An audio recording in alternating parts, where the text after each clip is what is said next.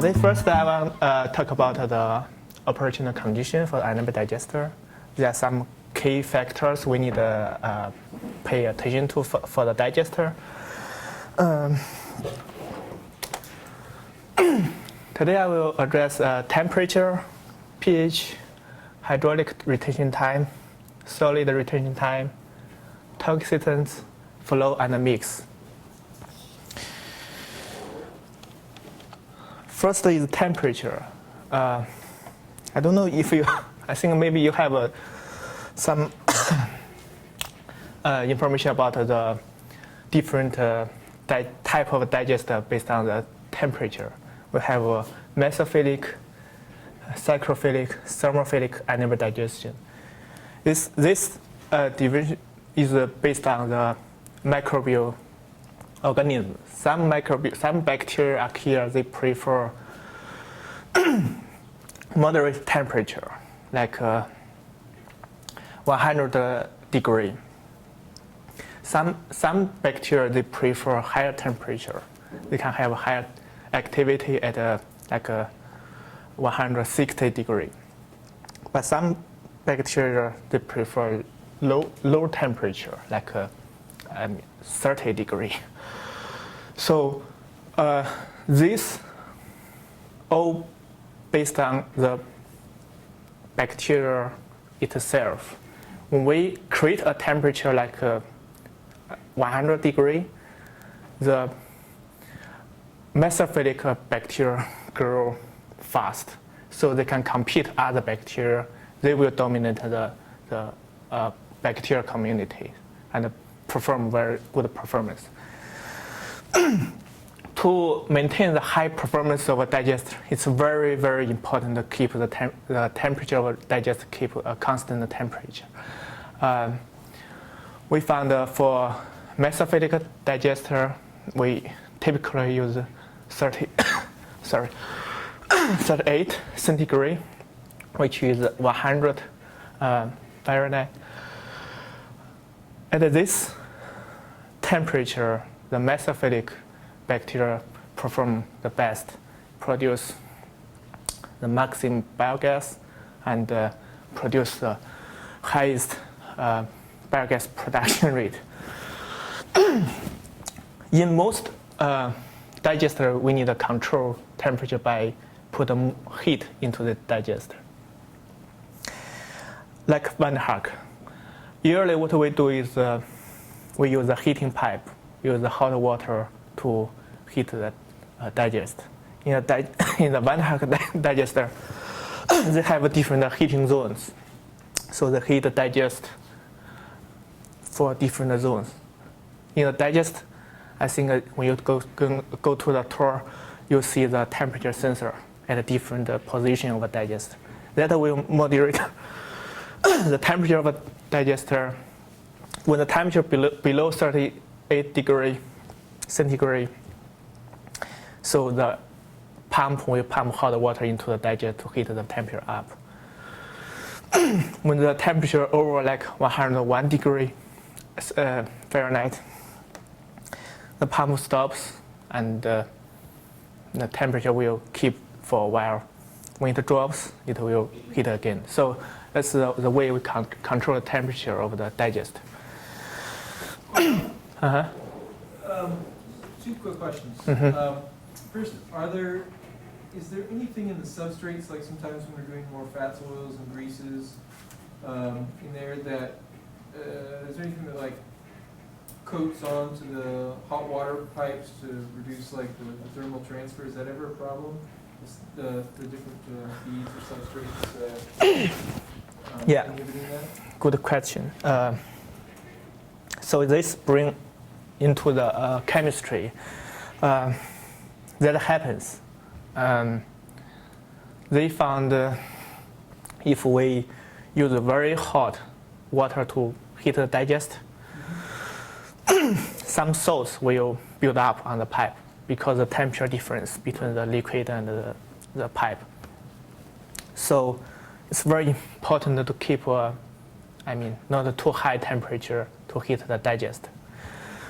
The reason, sorry, my throat. The reason is for example, the struvite. Struvite, also other salts like calcium phosphate, magnesium phosphate. When you change the temperature, the solubility changes of these salts. Like we boil the hot water, we will find the crystals after we boil the water. That's because when we change the temperature, the solubility changes. Same thing for the digester. If you use a very hot pipe, put it into the digester, some salt will build up on the pipe and reduce the heat transfer efficiency, cause problem. So what they do, they try to use a certain temperature to heat a digester. Right, so if you're using steam, for example, Mm-hmm. it'll be a lot hot, it'll heat up quicker, but you might have more of like a salt formation using steam as opposed to hot water. Right, correct. Yeah. So they use just the water, warm water, to heat a digester. Another thing is when you do high solid digestion or high protein materials, sometimes when these organic materials break down, it will generate heat. They found a certain digester, especially for the poultry waste, they don't need to pump hot water into a digester. Yeah, the temperature of the digester can go up like 110 degrees itself at summer. So there are different cases. Like at a winter, because such cold weather at the winter, you have to pump hot water to maintain the temperature. So this is a mesophilic one. And while I'm talking, please feel free if you have any questions, just stop and I will do my best to answer the question. The thermophilic condition, recently more and more research put on this field is the advantage is they have a very high biogas production rate. For example, if you use a mesophilic digestion, you need like 20 days to get the material fully digested. But the thermophilic, you may use 15 or less days to do this. So this will reduce your reactor size and get a much higher biogas production rate, also higher organic material degradation rate. But there's also problem with thermophilic digestion. The first one is you need much more heat than mesophilic digestion. If you want to increase the digester like 20 degrees centigrade, you need to put much more heat. It's not only you put much more heat, because the heat, release, you need to put even more to maintain the temperature. Another problem, typical problem is for thermophilic digestion is the ammonia inhibition. Because when we look into the ammonium and ammonia shifts,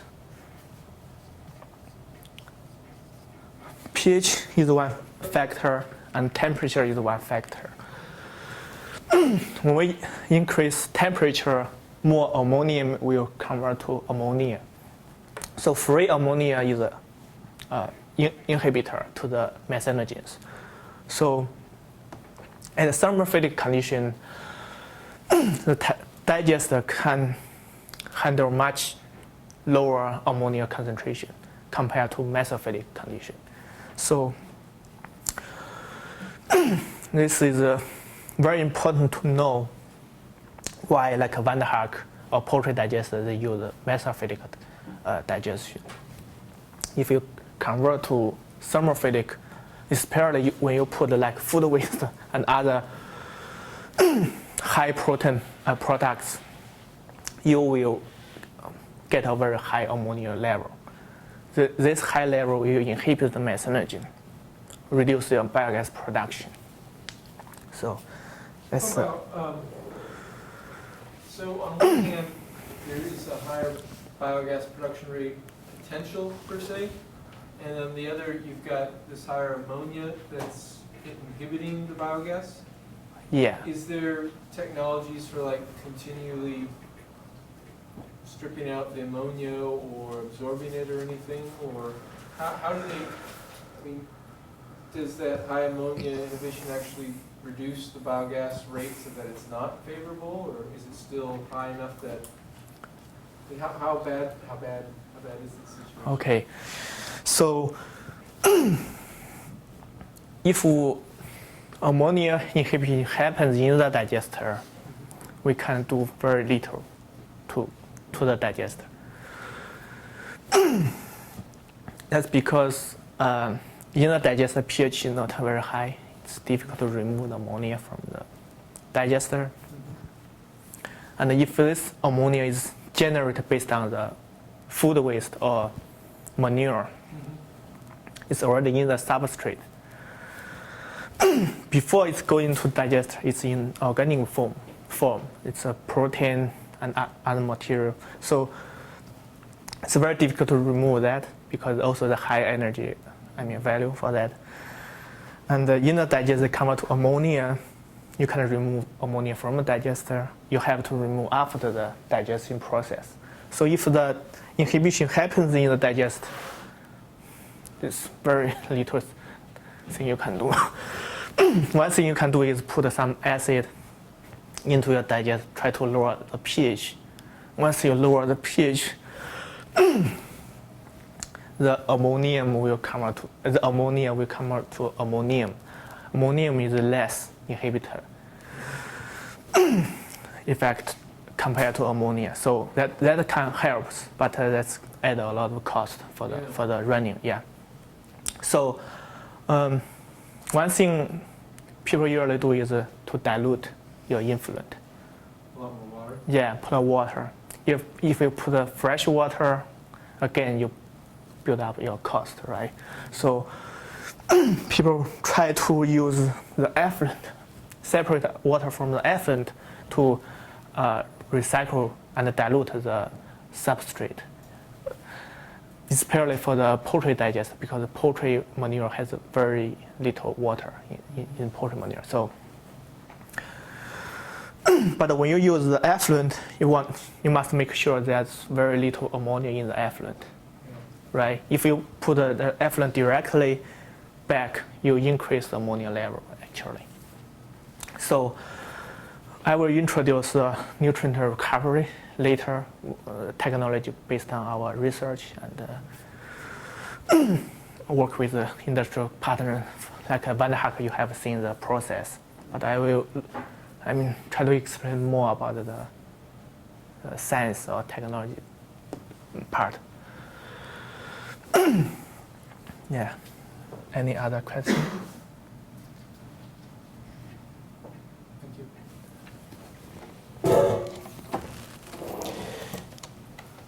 So the psychrophilic condition, this part majorly is on research, because although we know there are psychrophilic bacteria at a cold area like Washington State, but because it's poor performance, poor biogas production rate, it's not applicable. So a lot of digesters in China, they use an upright tank, completely mixed digester. They have a big problem in winter to maintain the temperature of the digester. So if you look into their biogas production curve during the year, at the beginning of the year, it's low, summer high, winter low. So this all because the temperature. In the summer, because temperature is high and they have the extra heat, so you can go to the mesophilic condition.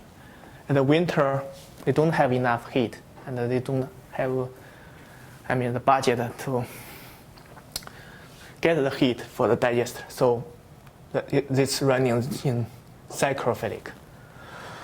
The psychrophilic condition produce much less biogas.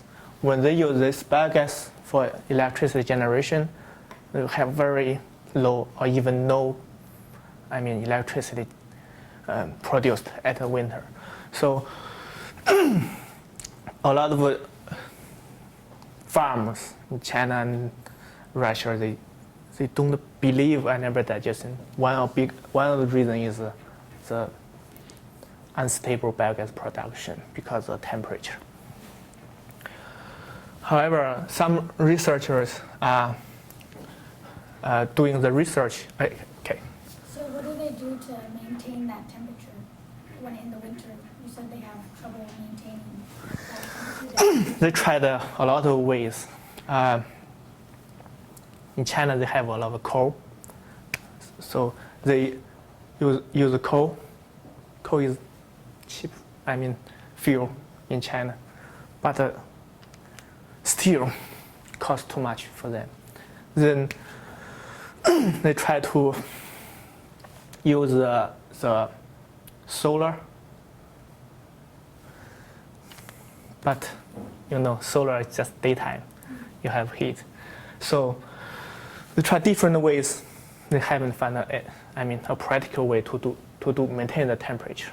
I think the practical way is we do the plug flow, underground digest. We build with the concrete and the heat isolation from the top.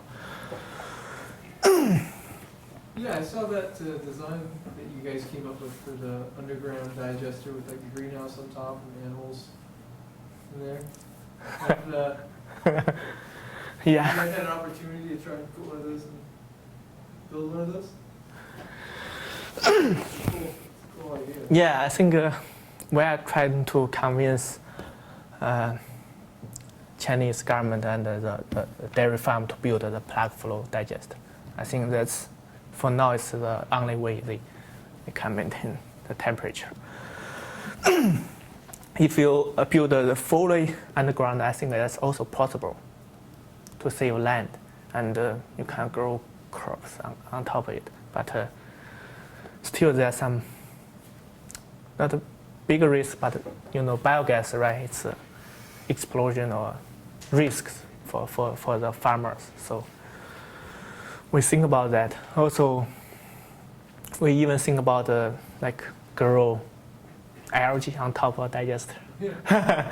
So it can produce extra biomass for the digest or for the feedstock for the animals. So that's also one option. So. Mm-hmm. I just had a question about if you take the biogas production out of the equation, when you're doing what's the quality of like at Vanderhoek they make the feed or the bedding? Mm-hmm. Does the psychrophilic process, does that degrade the quality of what comes out? Obviously it's not as, like the stuff is not organic. Yeah, like it is at Vanderhoek. Yeah. But is it still Yeah. is it still feasible to use for that? Like if you have a good nutrient recovery system, can you still get as much? Is the nutrient recovery system still as effective on stuff that's gone through a Thermophilic digester compared to a mesophilic digester? Yeah, that's a good question. So when we compare psychrophilic, mesophilic, and thermophilic, one advantage of thermophilic is it can kill the pathogen, right? Because higher temperature. Mesophilic can kill, but not as good as thermophilic. Psychrophilic, you can't do too much with psychrophilic. So about the nutrient recovery, we can understand this as a thermophilic process, but aerobic process.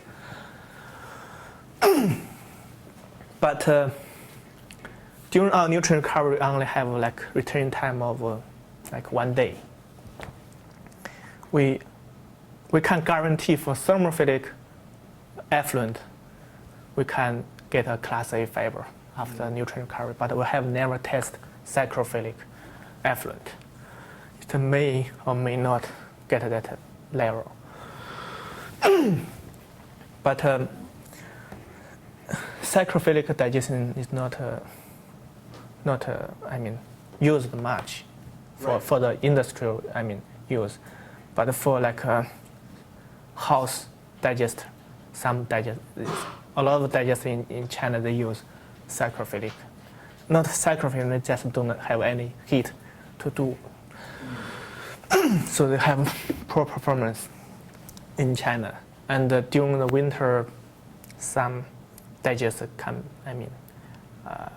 be frozen or break up because of the temperature and the cold weather.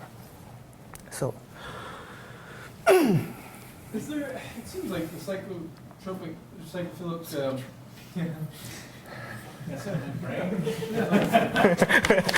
The cold-loving bacteria have a lot of potential in that they don't require any heat. I mean, has there been any tests on trying to breed these bacteria to be able to produce more methane, but also be able to not have to have a heat input? Is anyone working on stuff like that? Researchers in Russia and North China, they know the problem, and they have the need to do this research. So one thing they did is they try to get the optimum micronutrients for the psychrophilic bacteria to get the highest degradation rate or biogas production rate as possible. The microbial organisms, they also need some micronutrients like human, like copper, nickel, cobalt. If you can get the optimum micronutrients, some research they found they can have a similar, biogas production as the mesophilic. But that's based on, lab research. Right. I haven't seen any. The full-scale digester use psychrophilic. You also need to know, because in lab you can control the temperature very, constant. But if you control the temperature at a low level, that's also difficult. At summer, you need to cool the temperature down, right? So that's the reason maybe a lot of people they didn't do the psychrophilic. Mesophilic is much easier to control the temperature for some reasons. Yeah. Okay.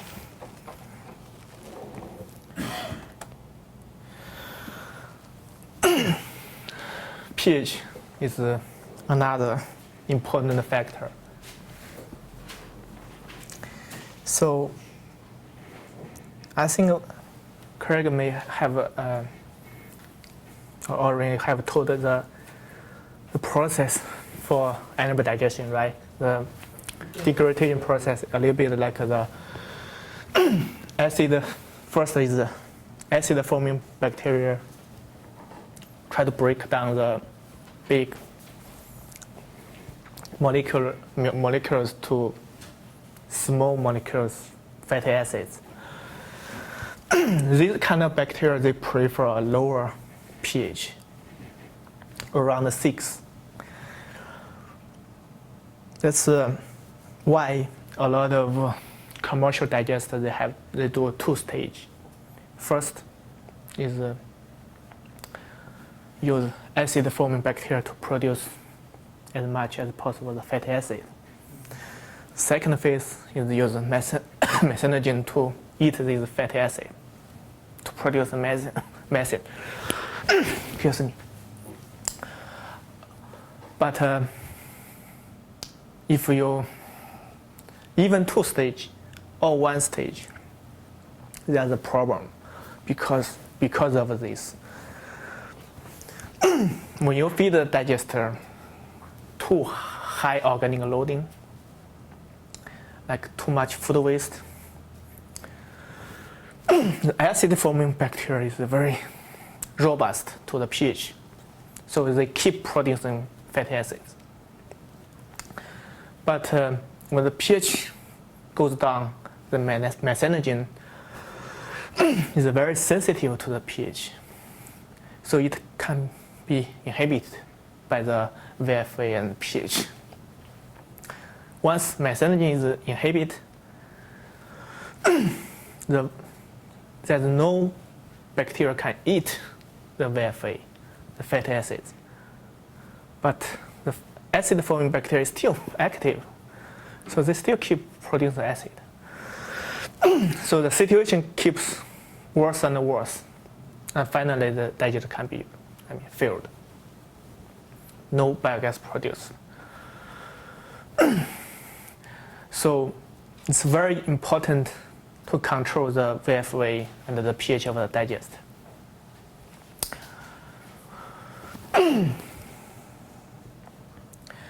Fortunately, in the digester, there are a lot of buffering chemicals. The major buffering system is bicarbonate and carbonate. So when you produce hydrogen ion, so the carbonate will convert to bicarbonate and keep the pH constant. Same thing as ammonium. Ammonium will convert to ammonia, and phosphate. Phosphate have different forms. It also can buffer the system. But usually the alkalinity of the digester is more than 10,000 milligrams per liter as a calcium carbonate.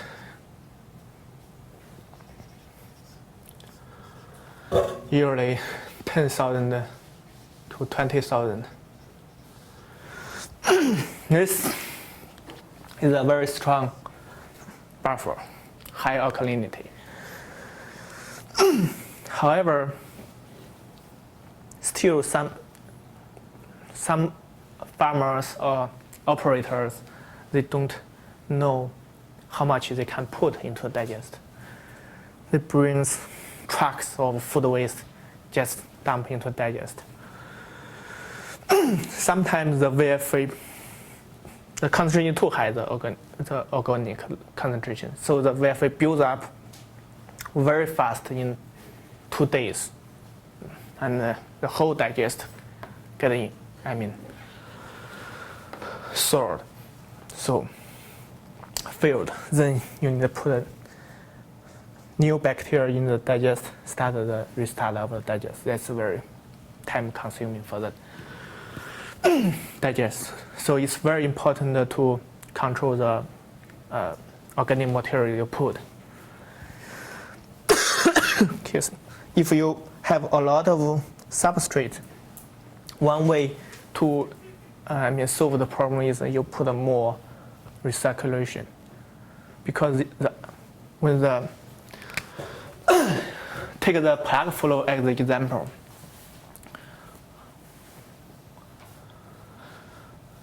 When the substrate goes into a digest, has the lowest alkalinity, lowest pH, lowest alkalinity. once they produce bicarbonate, produce methane, the alkalinity goes higher and higher. When the effluent goes out, the digest has the highest alkalinity. When you use effluent to dilute the substrate, you also put a lot of buffer to the system. So that's what the people use. Also the most economical way to do this. Some industrial digester, they don't have very high alkalinity after digestion. They put a lime at the beginning if they put a lot of food waste or substrate, trying just to increase the alkalinity, initial alkalinity. So is that cost effective? it's not a very cost effective, but they don't have much choice, right? Because like if they digest the starch waste, there's very little ammonium, very little phosphate. Some bicarbonate are not as high as the dairy digest. They don't have calcium, magnesium. So the alkalinity is low. If they dilute the substrate, they need a very large amount of the effluent. Also, if you use a large amount of effluent, you will reduce the hydrolytic retention time. You can't fully digest your substrate. So you have to add a lime at this situation. So the pH drop majorly based on because the VFA accumulation. So the low pH is a problem. What about the high pH, above 8? By the first, the bacteria can't get the highest performance above 8, not the comfortable zone for the bacteria. Second is the ammonia inhibition. Research shows if you increase pH from 7 to 8, you can get like 10 times the inhibition from the ammonium. Also, you have more than 4 times the biogas production shorter compared to the optimum pH. But for commercial digest, as I have seen, a lot of digest still running around 8. Maybe not the best performance, but they don't want to invest to adjust the pH. I totally understand that, but at 8, still can produce biogas. You just give them enough retention time. The bacteria still can do the job. So that's a good reason to have a plug flow as opposed to a complete mix. Oh yeah. So in a complete mix, this would be more of a problem than plug flow. Would you say? Because you Actually, if we just see, if we just consider the pH, typically the CSTR have a lower pH, the effluent. The reason is most CSTR they not fully digest the substrate. I think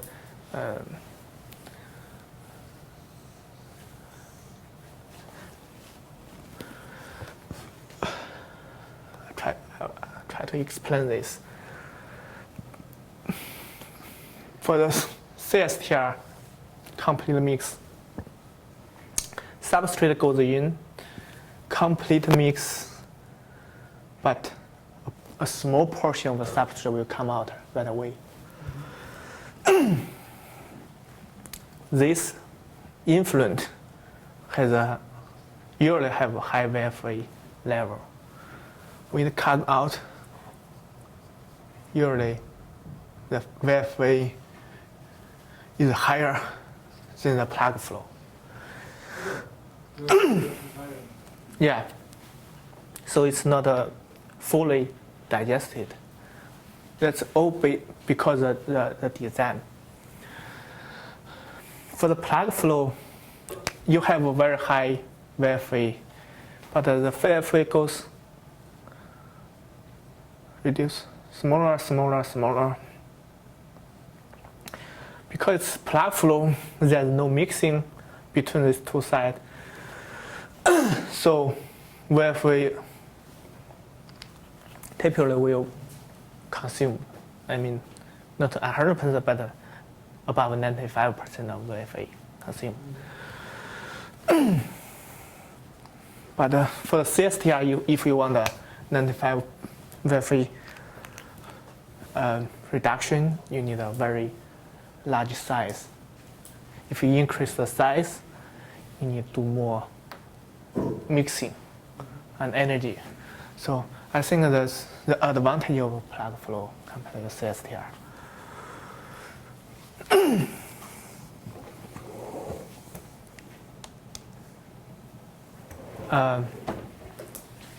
Now we come to the hydraulic retention time. The hydraulic retention time means how long your influent will stay in the digest. Usually it's the volume, I mean the working volume or the liquid volume of the digester divided by the flow rate of the influent. So the unit usually is day.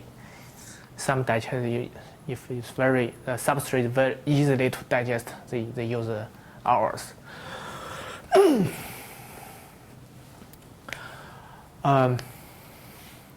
The HRT is very important if you want your substrate fully, I mean, consumed by the bacteria.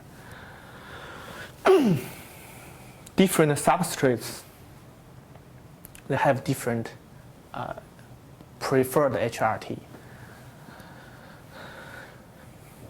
But typically, the longer HRT, you get a higher, I mean, reduction rate.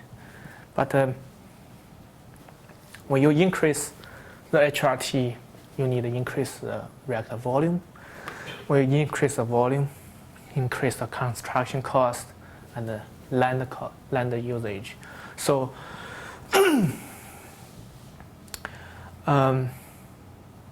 sometimes we know we can digest more, I mean, get more biogas. But a lot of reasons, the digest company, they have a preferred HRT for different substrates.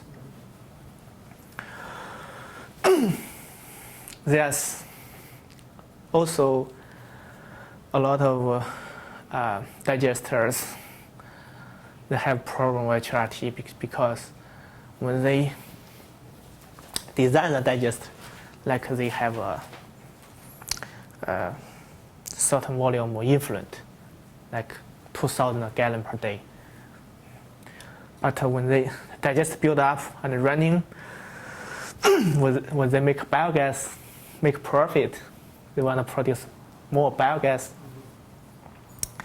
they get more substrate to the digest. Also, they have the tipping fee, right, to treat the substrate. This will cause the HRT. This will decrease the HRT. Once you decrease the HRT, you decrease the reduction rate. Also, because you have a higher organic concentration, you also have a even worse degradation rate. So the substrate the effluent come out of the digest still bubbling, produce biogas. So I don't know any of you in future we work on the digester construction or design, I think it's better to have think ahead, talk to the farmers, and design the HRT longer, like 30 days. When they have more substrates, they still have 25 days HRT. Still have a very good performance and also a lot of biogas. That's just my recommendation. For the dairy manure, usually it's 23 or 25 days, about 20 days. For food waste, need much less time, usually they do 15, 18 days.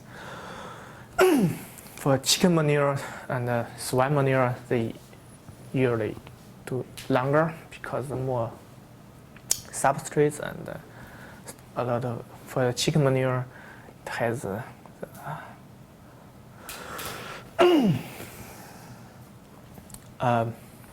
the furs, the leather, right? So if you want to digest this part of also the long-chain fatty acid, this complex organic material, it takes much longer HRT. So the HRT is dependent on your substrate and the concentration of your substrate.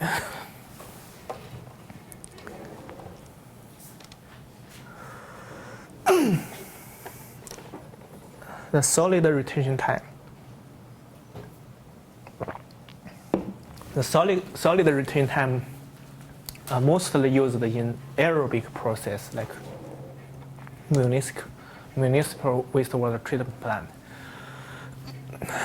So the solid retention time means the average time that a microbe will remain in the digester before it wash out or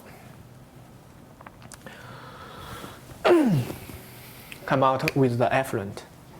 So if you, for the complete mixed digest, if you don't recirculate, if you do not recirculate, the HRT is the same as the SRT.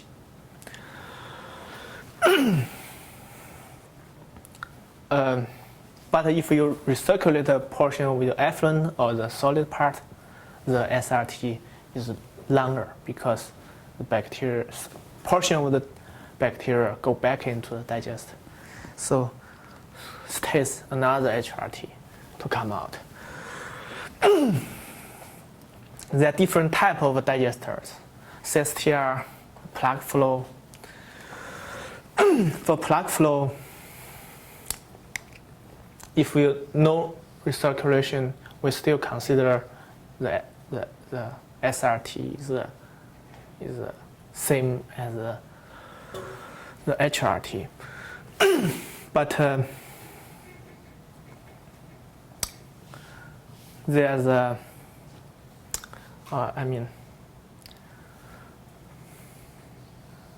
different understanding. Some because the bacteria also grow during the process, right? Like, for example, you have 100 bacteria here. When it come out, maybe it becomes 200. So it's difficult to calculate the solid retain time for the plug flow. What we do usually, we just consider how much biomass we recirculate for the seed to the beginning of the digestion process. So this amount is important to keep the digester at a higher performance, because typically, for example, dairy manure, it has some anaerobic bacteria, but the concentration is not high enough to get a very high production rate. If we have a high concentration inoculum we will get a higher bacterial concentration at the initial. When it grows, it can get even higher. Maintain higher biomass concentration in the digestion is very important. For the CSTR, same thing. If you want to keep higher bacterial concentration, people usually do is they add like a clarifier, try to get because most of the bacteria is associated with a solid, try to get the high concentration bacteria back to feed the digester. For another kind of digester like the USB, Sorry, can you say what the UASB is again? Is that the upward? yeah, it's an upflow anaerobic sludge bed reactor. Upflow means feed from the bottom and discharge from the top, so the liquid is upflow. When the biogas produced, the biogas also upflow. One advantage of USB is it can form granules. The bacteria can accumulate to form granules themselves. Because the density of these granules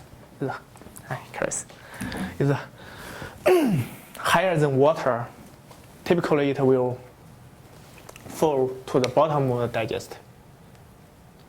But because the hydraulic force and also the biogas bubbles, some of the granules will suspend in the reactor. So because the granules,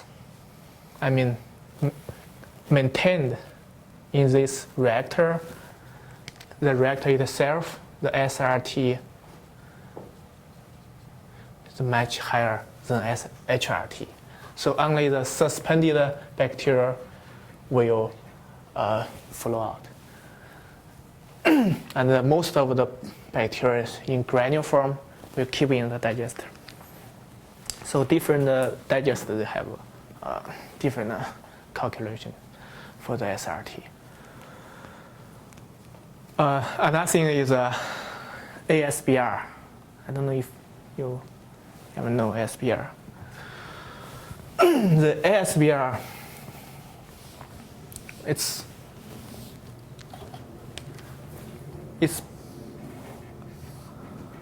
based on CSTR. So the reactor have different stages. The operating stages. So at the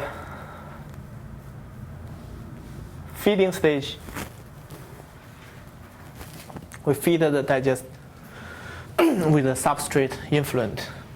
Then another stage that will mix and react. Then go to the next stage is, so during this stage, most of the substrate get consumed.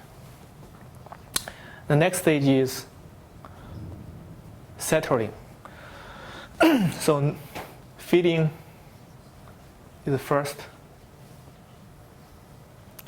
reaction second,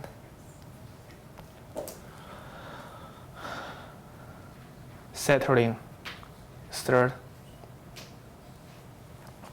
then discharge. During the settling stage, most of the bacteria sludge will settle to the bottom. During the discharge stage,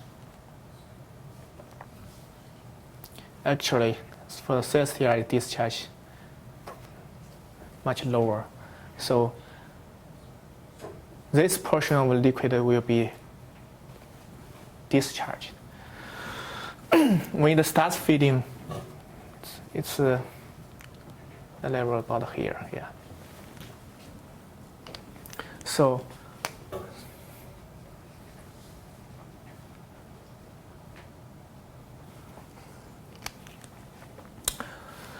after the discharge, it go back to this circle. So ASBR is an anaerobic sequencing batch reactor. So it's running in sequence. So it's not a continuous feeding. Are there ways for separate reactors that it goes through, or sometimes are there more stages, or is that? Okay.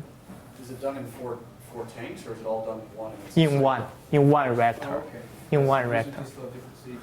Okay. Yeah. So it does a stage and then it restarts the whole. Right. So the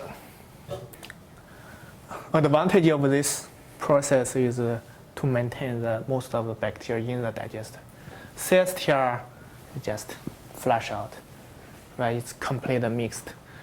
Here there's a condense process, so most of the bacteria will condense, and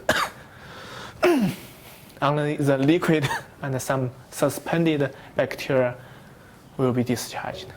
Do you get a similar retention time? I assume you get a longer retention time percentage-wise than like a straight complete stirred reactor in this situation?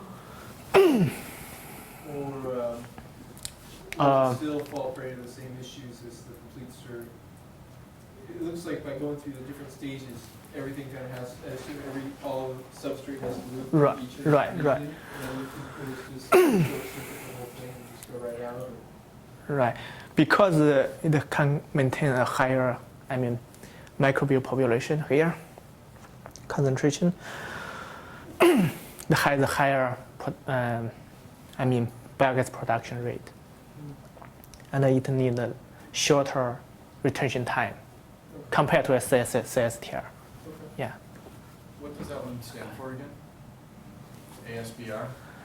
It's an anaerobic sequencing batch reactor. Okay, thanks. So in the batch production system, that's going to result in inconsistent gas formation, wouldn't it? Like you'll have peaks and lows in your gas output? Yeah, good question. Yeah, correct. So the CSTR reactor need a biogas tank because when you feed the reactor, the pressure will build up, right? This space, when you feed the reactor, this space will occupy by the liquid, so the gas will push to the gas tank. When you discharge the liquid, the biogas will go back into the reactor. So it's more conflict for the biogas portion. Yeah. But the end result is then consistent energy production because you're storing biogas when it's at its peak and Usually, if you have a continuous, substrate or influent need to treat, people usually do is they build several ASBR. So when this is in feeding stage, that one may be in reaction stage, and the third one may be in settling stage, and the fourth one may be discharge phase. So they feed a different reactor, but you almost can do continuous feeding for the whole process. Yeah. So would those ones be individually smaller then? Because you need, say if you have 3 or 4 going at the same time. Yeah, much smaller. Yeah. They'd be smaller, so it would almost be like a centrifuge type system where you have multiple centrifuges and it just goes through all of them.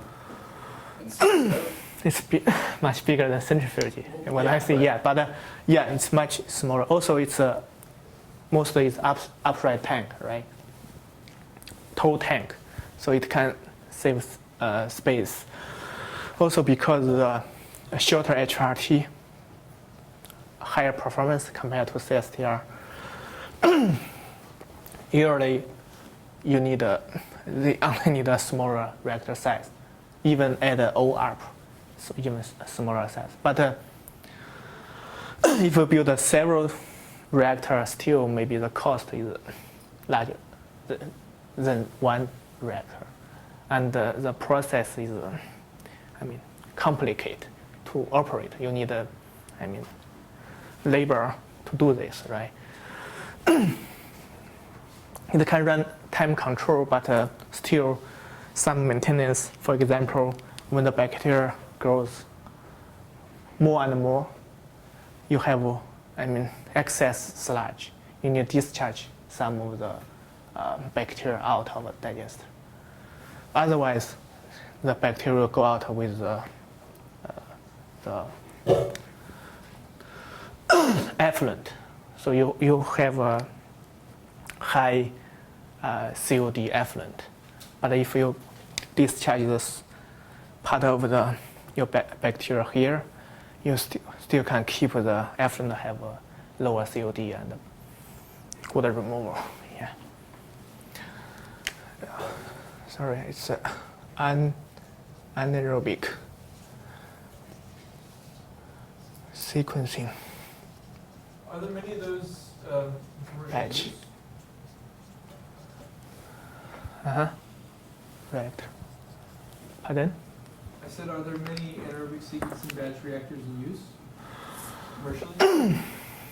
Not many. I know in Canada they use batch reactors to treat the food waste. It's only need a short digestion time. Yeah.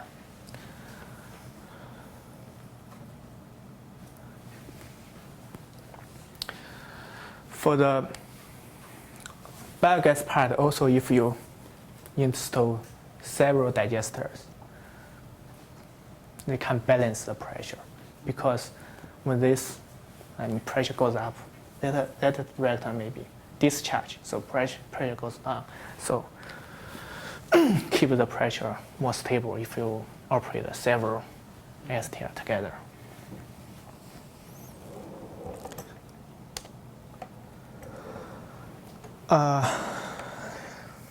Some chemicals we don't want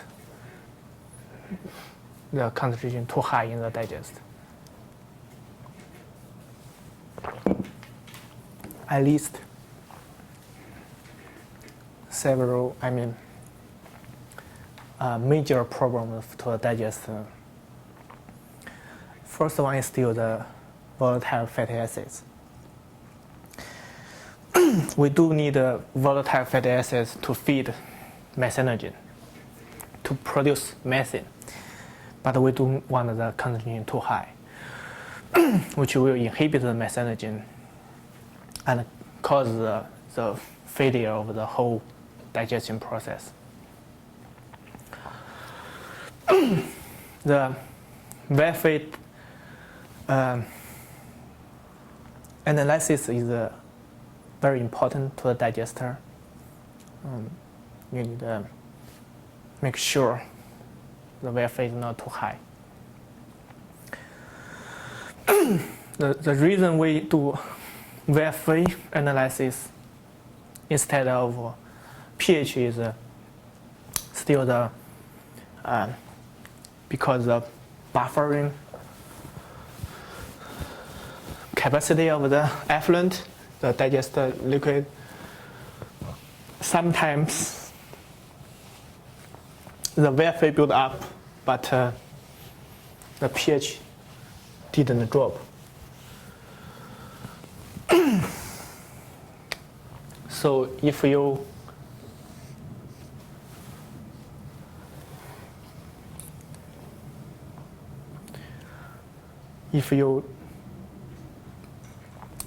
for example, this like 500 ppm, this is the VFA. It's like 5,000 ppm.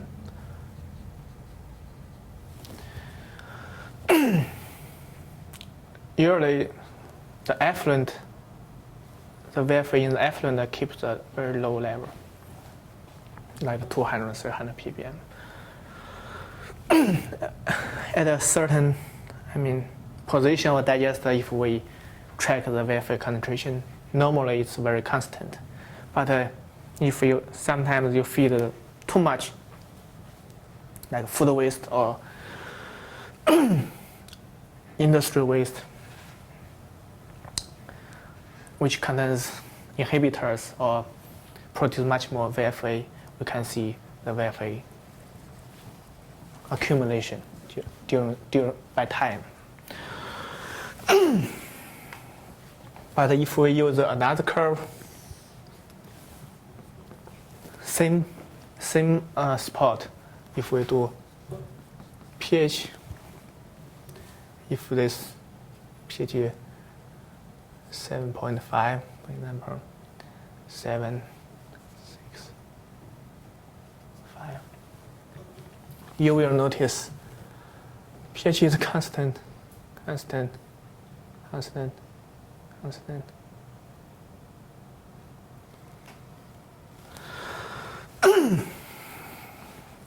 So maybe a little bit longer. When you notice this 7.5, when you notice pH 7, the VFA already built up like 3,000 ppm. It's possibly. When you notice pH 5, it's already 5,000 ppm. So at at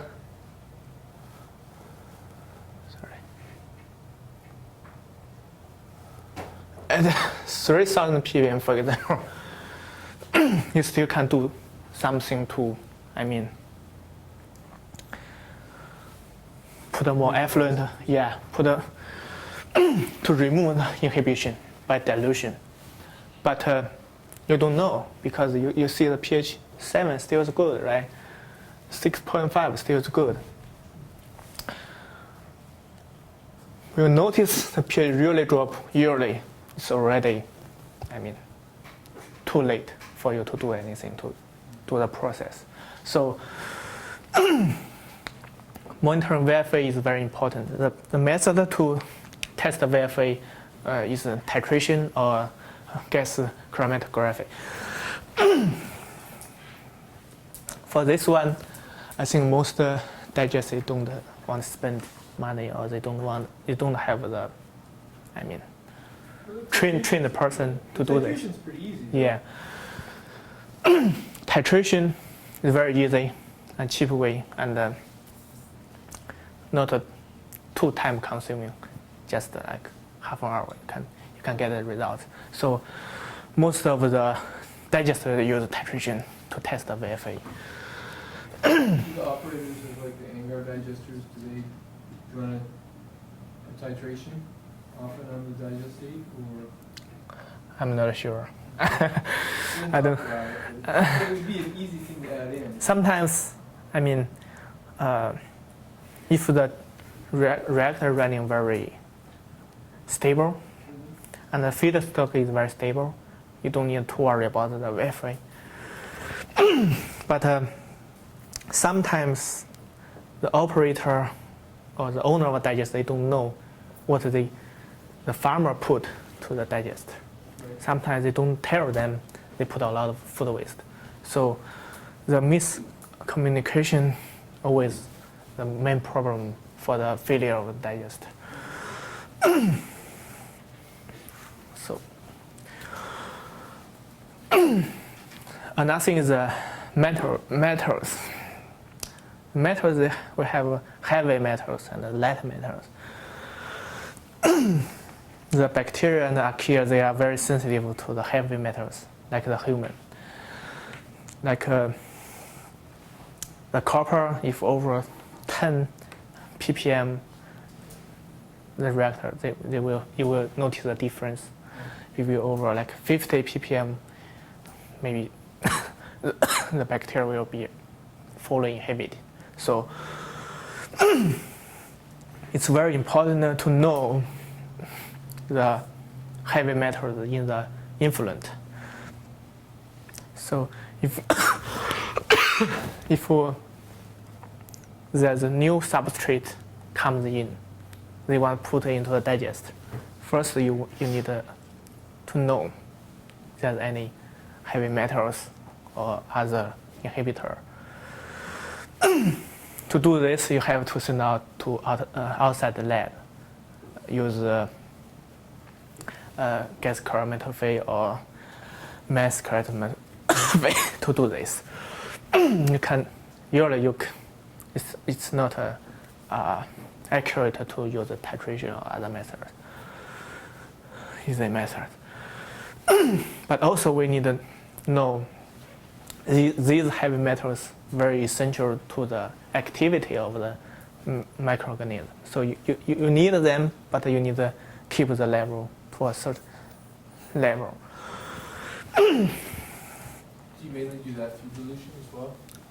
Is dilution the main tool for controlling the concentration of those metals? How to control that? I said, is dilution the main tool for controlling those concentrations? Oh, yeah. Dilution is one way. Yeah.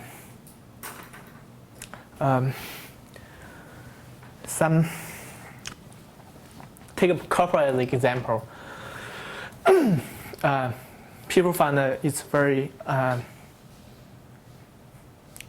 effective and important way to remove the inhibition of copper is they add sulfide.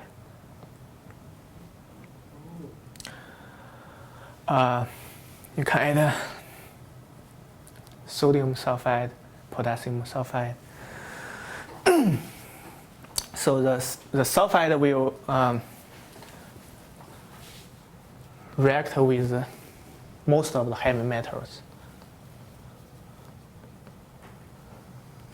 to form the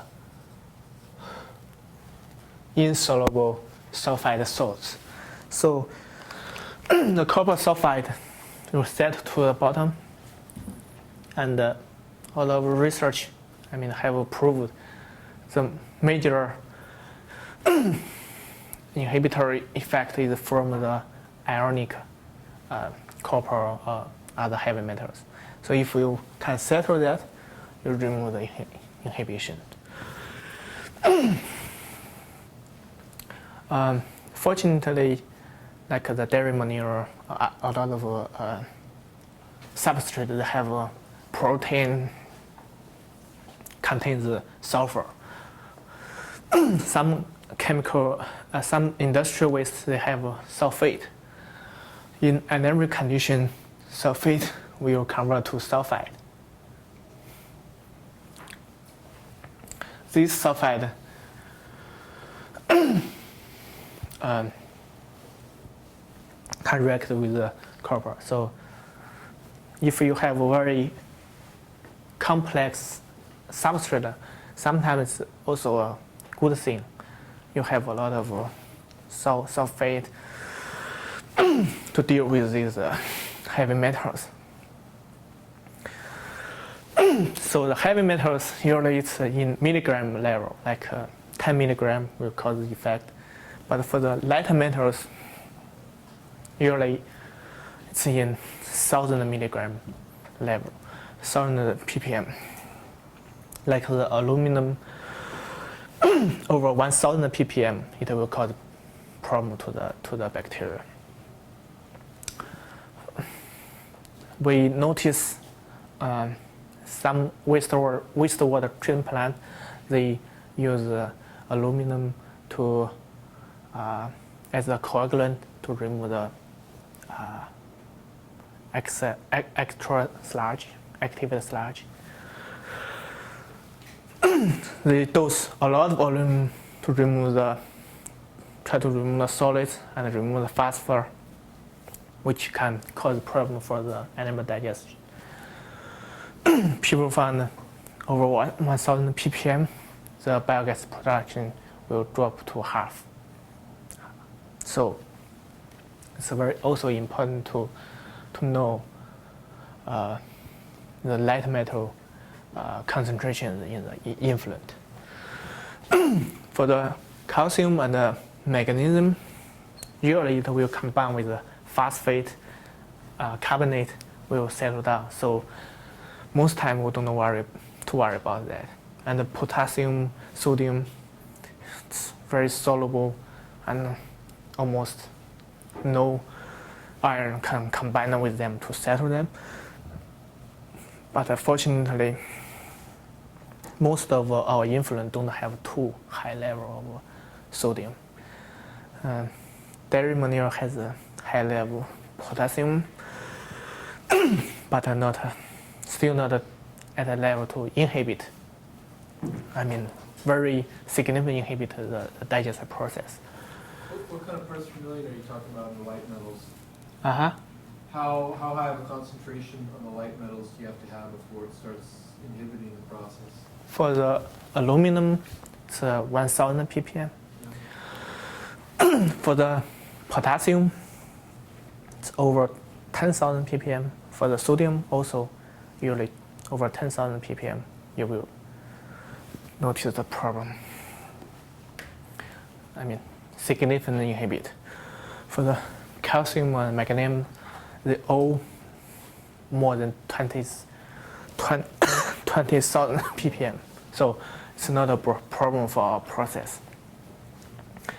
As I mentioned before, the hydrogen sulfide, the problem of hydrogen sulfide is majorly from the protein and the sulfate in the substrate. Sulfate reduction bacteria can remove the sulfate to sulfide. The sulfide most will retain in the liquid because the pH and the concentration. Some of the hydrogen sulfide will release to the gaseous phase. The hydrogen sulfide is the major pollutant to the biogas, which can corrode the engine and the pipeline, cause the SOx in the air, acidic rain and the corrosion around the reactor area. So it's very important to remove the hydrogen sulfide. I think I will talk later about the methods to purify the biogas, remove hydrogen sulfide. Sorry about the first one. Oh, this is hydrogen sulfide.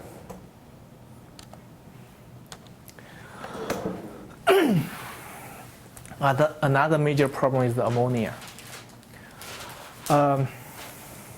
When the reactor runs at a lower pH like 7, the bacteria can handle much higher total ammonia concentration because most of ammonia, the nitrogen is in ammonium form, in the ionic form, which is causes less inhibition. But when the pH gets higher or when the concentration goes higher, the free ammonia will cause inhibition to the process.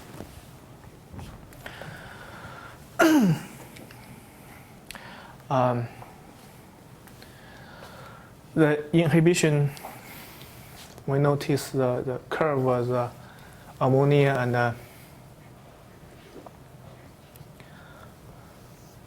this is the pH. This is ammonium. This is ammonia. pH 9. So usually the reactor is running at this pH zone. So majority of the nitrogen is in ammonium form. But when pH goes higher, more ammonium will come out to ammonia. So free ammonia concentration increase will cause the inhibition. one way to reduce the inhibition is try to lower down the pH. Another way is try to dilute with fresh water or low ammonium water. Also, as I said before, for the thermophilic digestion,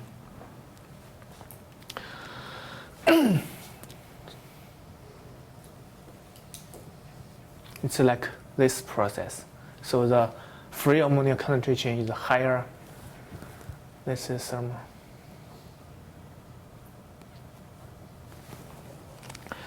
free ammonia is higher than mesophilic, which usually causes a big problem for some thermophilic digestion. There are also a lot of organic chemicals. I can't list all of them, but some chemical we usually see is first is long-chain fatty acid. Long-chain fatty acid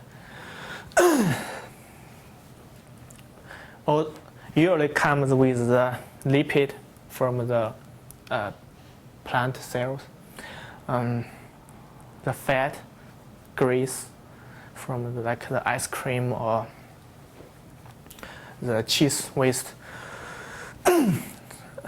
When this fat goes into the digester, first they will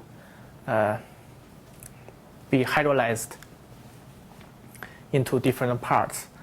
One part is the long-chain fatty acid. The long-chain fatty acid, the inhibitory from long-chain fatty acid, most researchers they think is just physical, because the long-chain fatty acid has a longer chain, larger molecule. It has also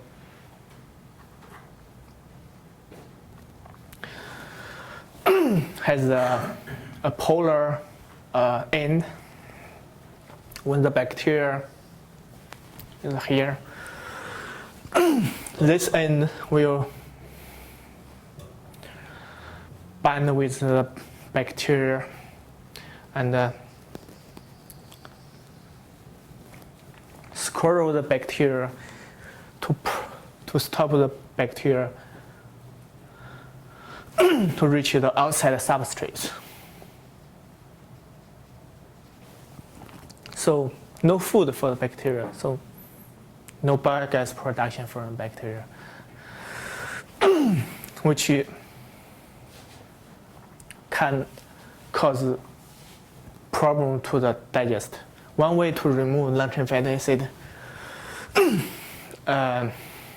is you use like calcium, you dose more calcium or magnesium. These will bind with this end to stop this long-chain fatty acid. Cause yeah, from the soap, from the soap, but you don't want to put you don't want to put too much long-chain fatty acid. Also, you don't want to put the sodium or other ions. This usually will settle to the bottom, the solid form, and slowly digested. But this long-chain fatty acid, people find it's not, fatal inhibitor, because it's just physical grab the bacteria. Once this long-chain fatty acid slowly be digested, the bacteria can recover, the activity.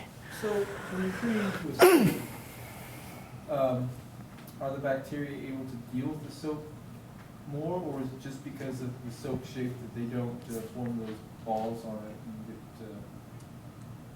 sucked up, per se?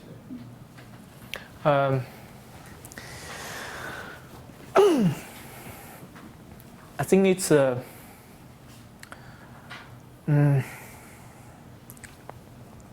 bacteria treat the long-chain fatty acid, there's not too much difference. It's a sum of free long-chain fatty acid. But when you add calcium, the calcium will combine with the long-chain fatty acid, which can free more bacteria. And bacteria population compared to the inhibitor, it will increase. The more, active bacteria can eat the long-chain fatty acid even faster. So it's not a try to remove long-chain fatty acid.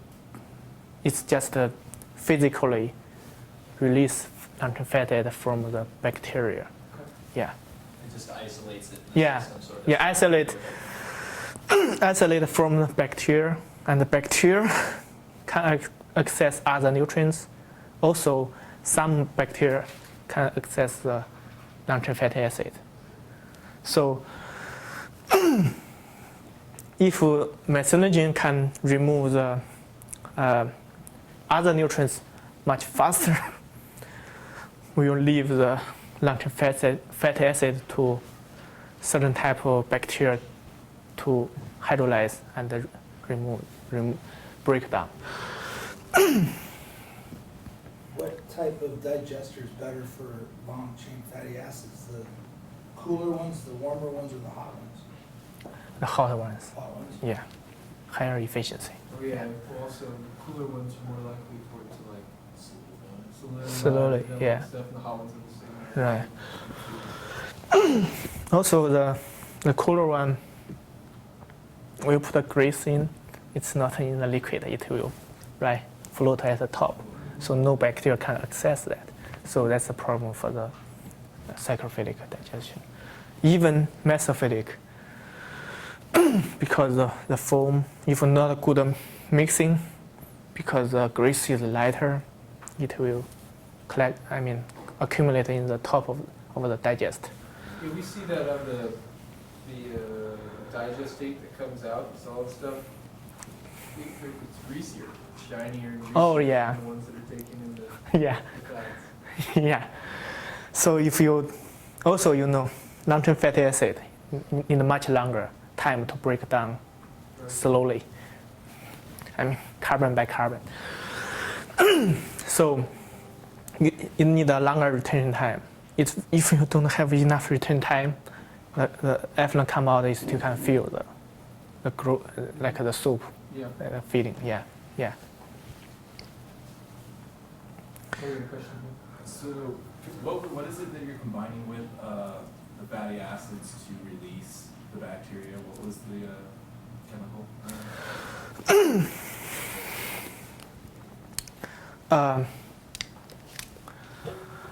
In lab, I use calcium chloride. For commercial use, I think people more will use the quick lime.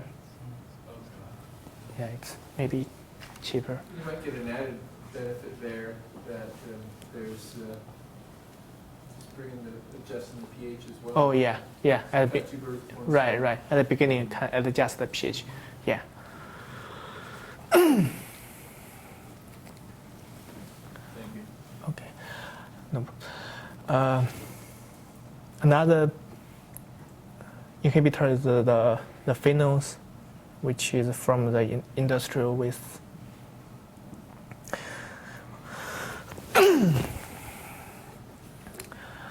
The phenols, it's usually is like the permanent inhibitor to the methanogens. You don't want too high concentration. Same as the phenols, a lot of other chemicals, organic chemicals, especially from the industrial wastewater, like the paper wastewater and detergent wastewater. Even slaughterhouse, they use some chemicals to kill the bacteria. If you put into the digester, not all of the chemical, but some of the chemical will kill the methanogen. So it's very important to know what the chemicals in the influent. Sometimes people don't tell you. Sometimes, especially some chemical companies, they want to keep secret or they don't want to release to public. They don't tell you what chemicals in the substrate. What we do usually is we do the BMP test, the biological methane production test. So we have their substrate. We do run small bottles in the lab to see how much biogas we can produce, or any inhibitor to the bacteria. Most time, like in 1 week, you can see the difference compared to the control. For example, one with what we usually do is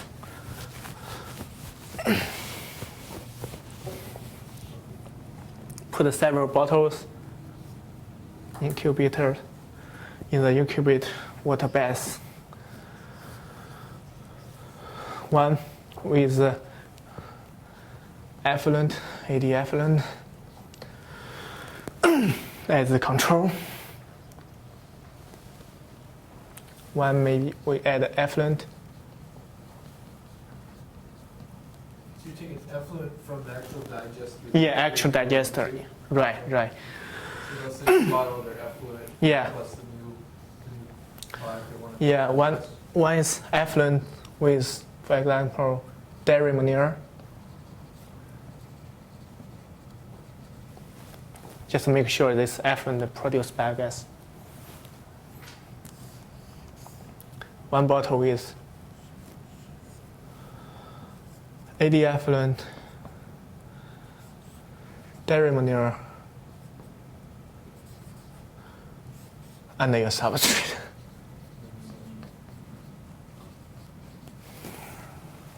Just to see any inhibitors, any contribution on the biogas production. So what do you use for measuring the biogas flow in those things? We use a respirometer. Respirometer, so the gas coming out of a digester usually go to a gas meter. Different types of respirometer. In our lab, we use count the gas bubbles. Is it able to differentiate between the CO2 and hydrogen sulfide and methane? That's totally based on your choice. You can put a CO2 and H2S scrubber here. Usually we use hydrogen hydroxide pellets. So it can remove all of the CO2 and H2S. We just measure the methane, how much methane we produced. If you want to calculate, want to test the whole biogas, you just remove this component. You will get all of the biogas go through the process. There are also other types of the gas counting unit. One is based on the pressure. There's a gauge here. Once the gas gets to a certain pressure, it will release the gas. So the pressure goes up, then go back again, counted by the release of the gas, the amount of release of the gas. How long does that test normally take to run? Usually takes 20 days if we do run dairy manure. But if you need a quick test, you can run it differently. You can use simple substrate. You don't need to use dairy manure. You can use, for example, glucose or sucrose. These sugar can easily be digested. You don't need to wait 20 days. You only need like 1 week to see the difference of this. But because most time our digest based on dairy manure, we want to see. Maybe we can do this first, then do this to double check that. Also, some people also use acetate as substrate. So Right, because that's what they're actually breaking it down into. yeah. So it kind of Yeah. that first process, Right. to get a reasonable idea about what might be happening. Right. But yeah, these restaurant most time is very expensive to test. In our in our lab, when we do the whole biogas, what we do is use the syringe.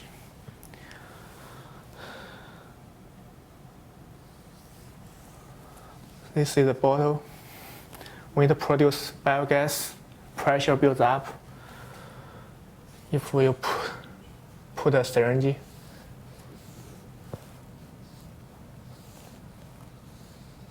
I can't draw very good. The syringe has great markers. You can read the volume.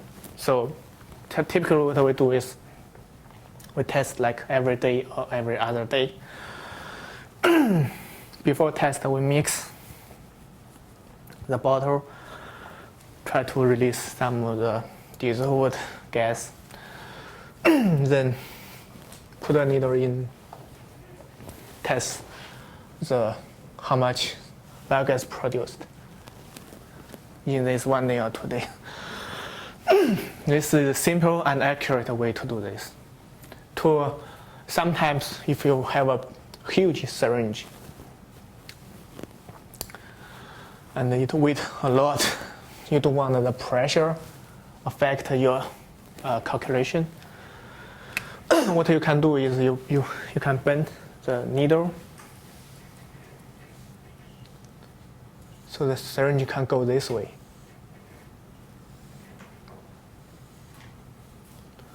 Just to remove the error from the pressure in this syringe.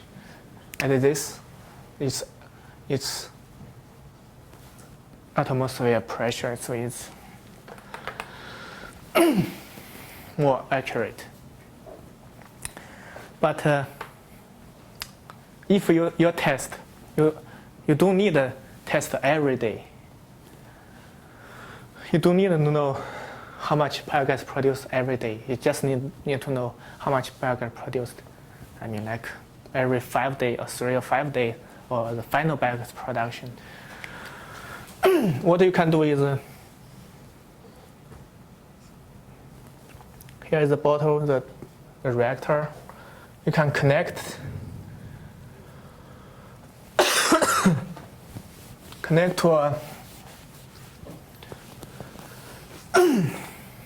water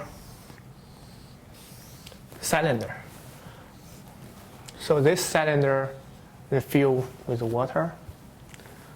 What we do is we'll put another smaller cylinder here. At the beginning, this cylinder full with water.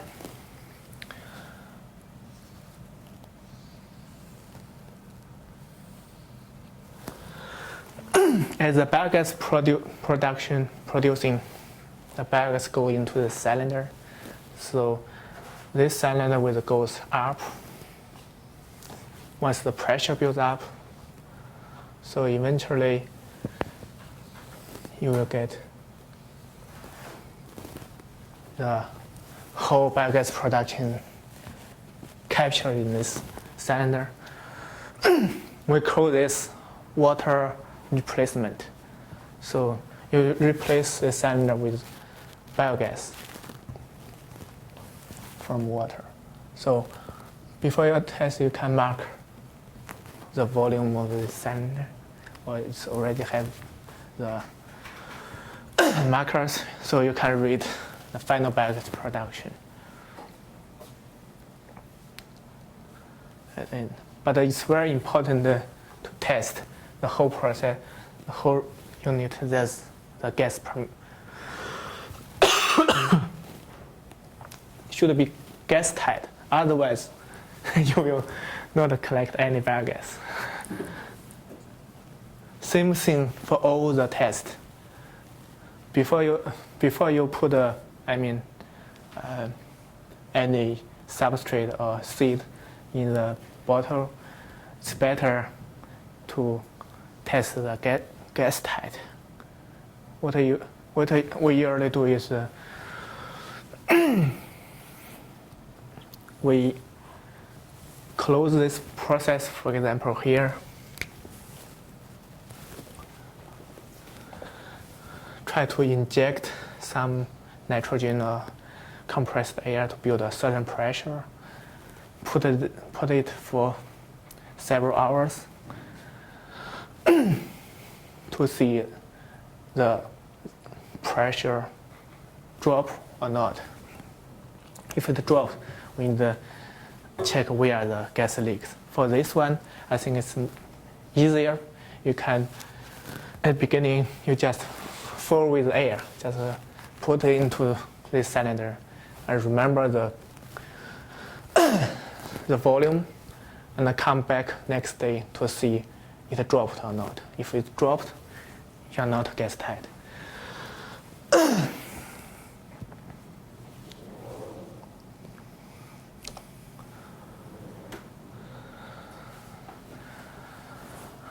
I think during your tour, the digester, we already see the problems, possible problem for the digester. Some problem is based on the type of the digester. Some problem, every digester will have the same problem. So it's a common problem, like the sand. Sand is a common problem for all digesters right now. We don't want the sand to put into the digester, so we have to remove sand and heavy solids before feed the digester. Otherwise, sand will build up in the digester and shorter HRT, which will cause the performance decrease. Yeah. The grease fiber, as we mentioned before, it will float at the top and build up at the top, build up, because the digest only have a certain height, the gas phase. So once it reach the roof, and you keep feeding, you don't know, it will break the roof because, hydraulic pressure. So for the fiber, small fiber is fine for the plug flow digester, but the big fiber, we need to chop to small pieces to feed into the digester. The grease, I don't think that's a big problem right now for the plug flow digester, but for the psychrophilic digester or no mixing digester, that will be a big problem. So mixing is very important. It's a key factor. First, you need to, put the substrate and the bacteria together, right? You need a contact. They need a contact to react. The second one is prevent the settling or the crusting at the top. Before we go into the nutrient recovery part, I want to briefly conclude the products from anaerobic digestion. I think during your tour to Van Hack, you have already seen the products, right? Like the fiber, like the nutrient recovery, the nutrients, biogas, which can produce electricity. There are also some byproduct we can get from animal digestion other than this. Before I come to WSU, I did some research with fermentation, anaerobic fermentation about the food waste, sugar, industrial waste to produce hydrogen and fatty acids.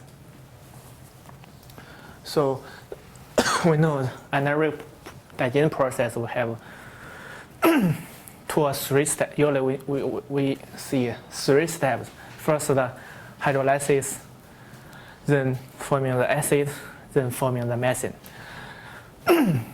The first 2 steps, if we stop at the first 2 steps, we will end up with high concentration of fatty acids, right? And also some biogas.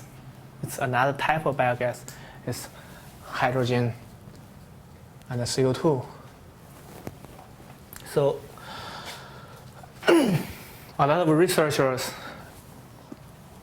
have done a lot of research, including me, try to harvest hydrogen from this process. Also, volatile fatty acid from this process. This can be purified as a chemical, industrial chemical. And this one can remove CO2 to get hydrogen, which is also a clean fuel. But there's also a problem with this process.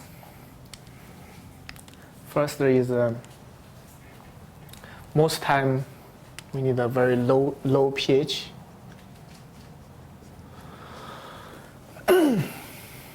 Try to kill the methanogen. Just produce hydrogen and VFA. When we have a very low pH, like pH 5 around, we produce different VFAs, like acetic acid, C2, C3, C4, C5. So acetic, propionic, butyric, and valeric acid.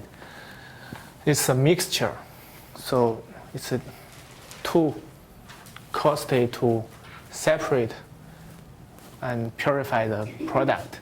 Another one is the hydrogen production is much lower than theoretical production.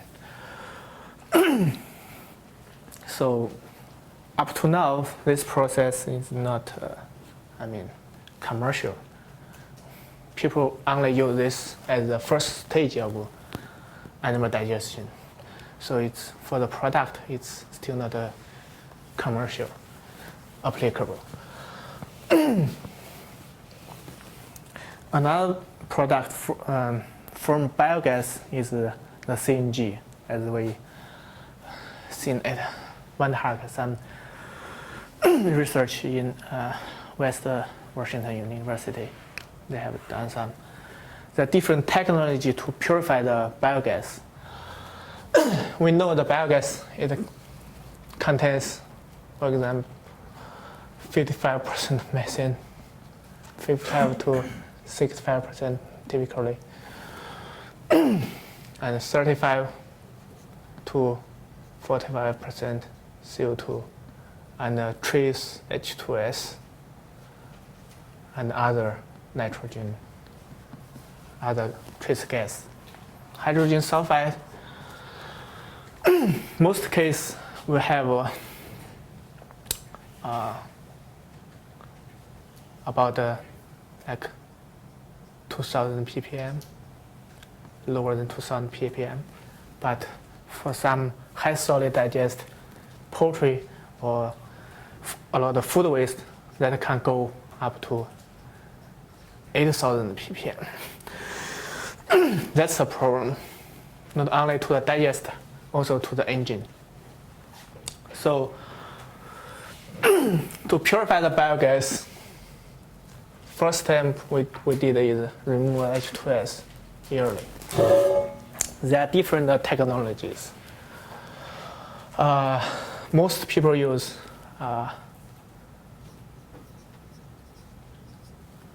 ferric oxide. The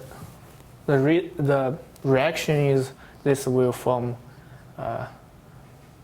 ferric sulfate react with hydrogen sulfide, and when this It's basically iron. yeah, iron sulfide. When this put into the air and the sunshine, oxygen will oxidize this one to regenerate hydrogen oxide, so can be reused. But this regeneration typically, I think 3 to 5 times. The reason is sometimes it's not only generate ferric oxide, it will generate sulfate.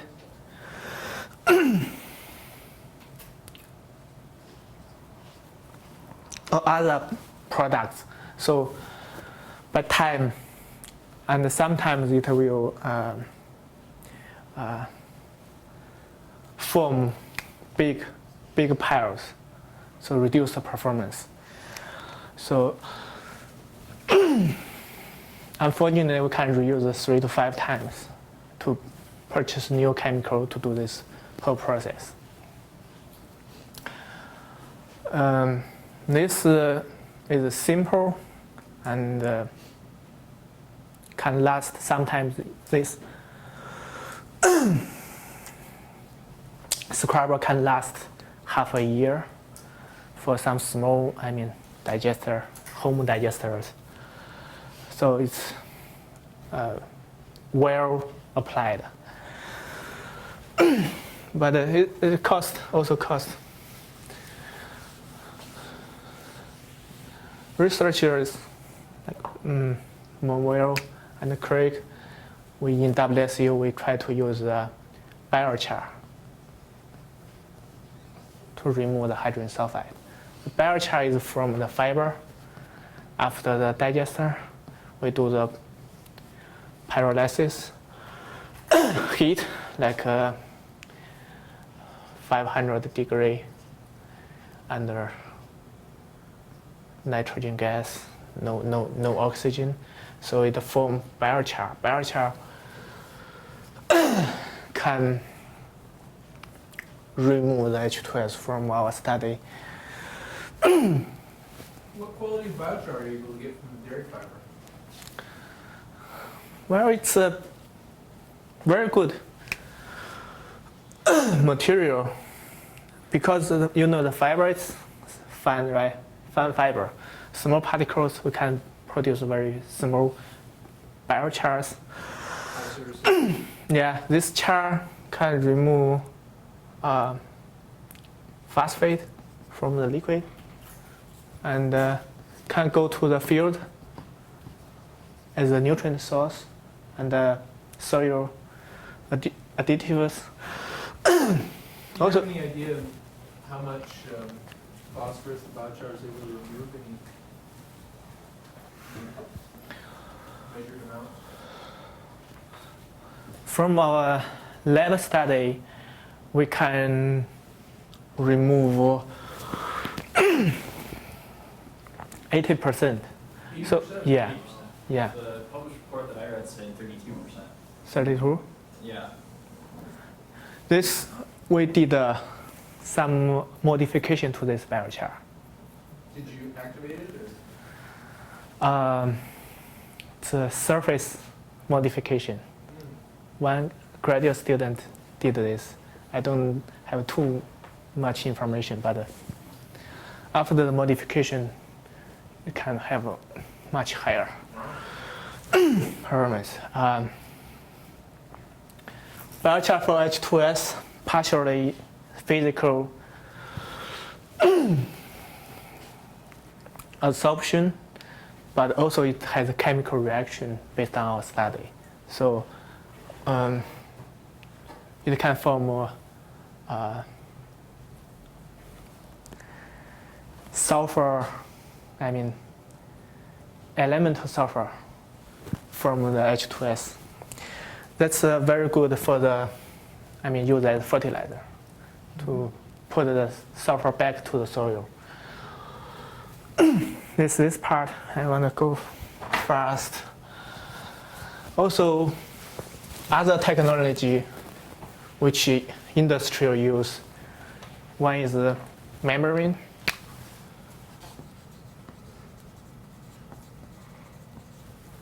One is pressure swing adsorption, called PSA. This membrane, simple. You first build up pressure of the biogas, goes through the membrane. The membrane can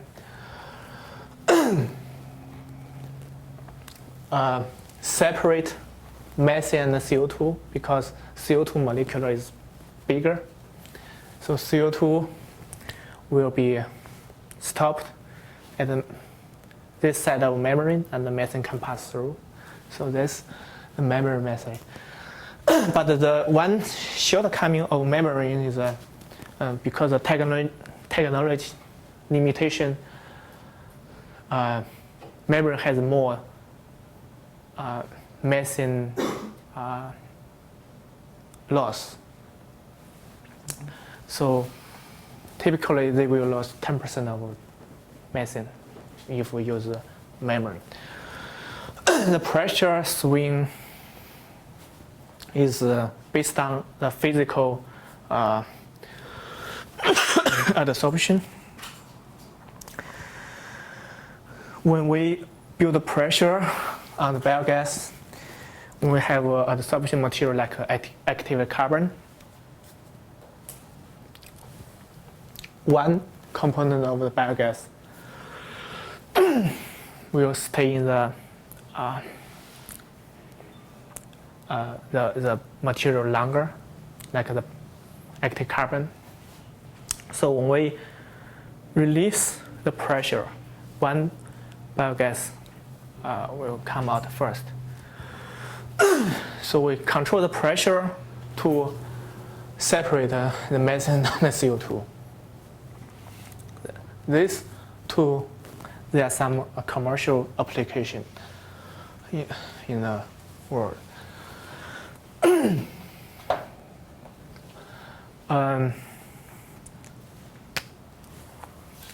Typically for CO2, right now, the most applicable removal technology is based on water scrubbing.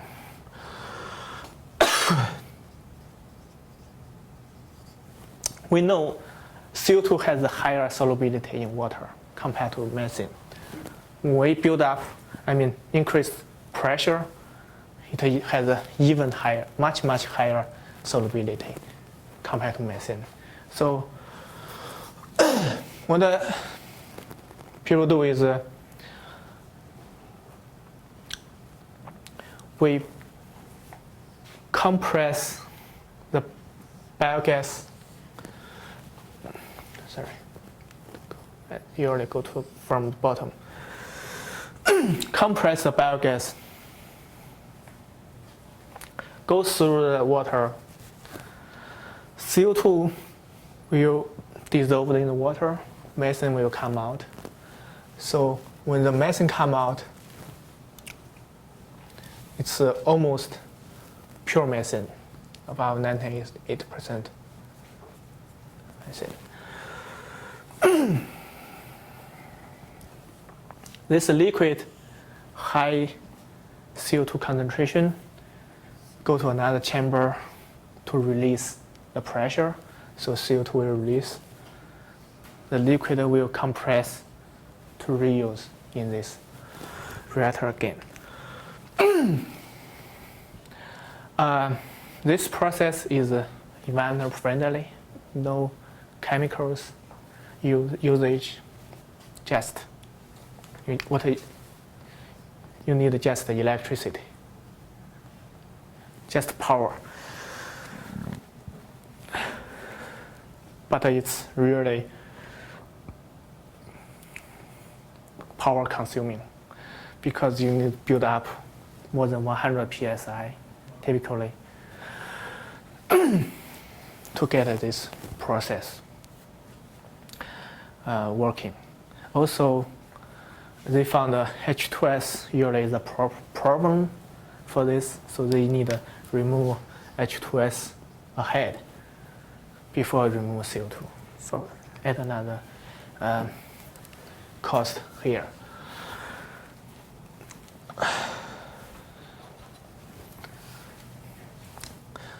I think Rainier Digest, they are going to build the water scrubbing for the CNG.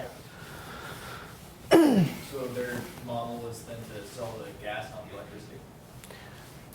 No, they send the CNG to the pipeline. To the where?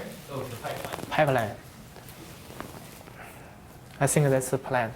Also, they may, I'm not sure, but they may work with the government to have the fuel station for the trucks with the CNG from the digester. So the CNG from the biogas, the cost, there are two major costs. One is purify the biogas. The second is compression. Compress the purified biogas to 1,000. I remember it's over 3,000 psi. So that's energy consuming. But we did some research here with Europe and China, because CNG gas is much expensive there. So it's still high value product compared to the biogas electricity. So I think that will be the trend for future digester in China and in Europe to convert to CNG and use as a transport fuel. That's biogas purification. Another byproduct I think is fiber. I don't want to introduce more. I think you have a lot of information before, but the class A fiber we get is from after the nutrient recovery. After the mesophilic digestion, usually we won't get the class A grade because we still have some substrate, some nutrients, a lot of the not a lot, but like less than 10% of the pathogens. So after the nutrient recovery, we can get the 100% removal of the pathogens.